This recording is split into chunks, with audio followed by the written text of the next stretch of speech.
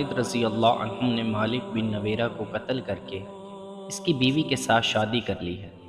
خبر پہنچی بھی سیدھی خلیفۃ المسلمین حضرت ابو بکر رضی اللہ عنہ کے پاس، اور خبر پہنچانے والے ابو قتادہ انصاری رضی اللہ عنہ تھے، جو اس شادی پر ناراض ہو کر مدینہ چلے گئے تھے۔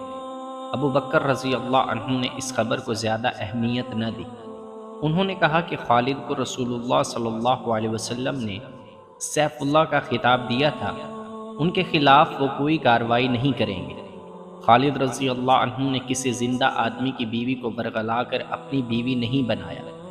ابو قتادہ انصاری رضی اللہ عنہ خلیفۃ المسلمین کے جواب سے مطمئن نہ ہوئے۔ وہ عمر رضی اللہ عنہ کے پاس چلے گئے اور انہیں ایسے انداز سے لیلا کی خالد کے ساتھ شادی کی خبر سنائی جیسے خالد رضی اللہ عنہ نے عیاش انسان ہو اور ان کی عیش پرستی